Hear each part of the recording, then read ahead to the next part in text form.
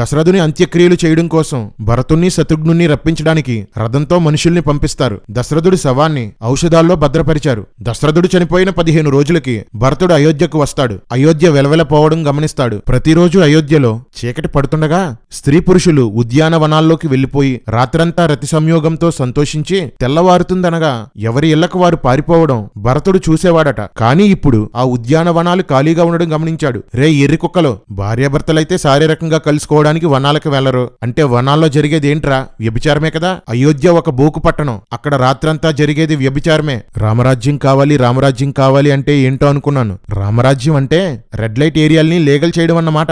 ఒరే బావమర్దే, బావా నా రాజ్యం రామరాజ్యం రా. ఇక్కడ మర్డర్లుండవు, రేపులుండవు, రౌడీజం ఉండదు.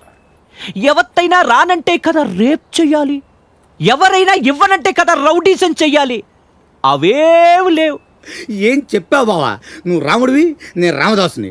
జై శ్రీరామ్.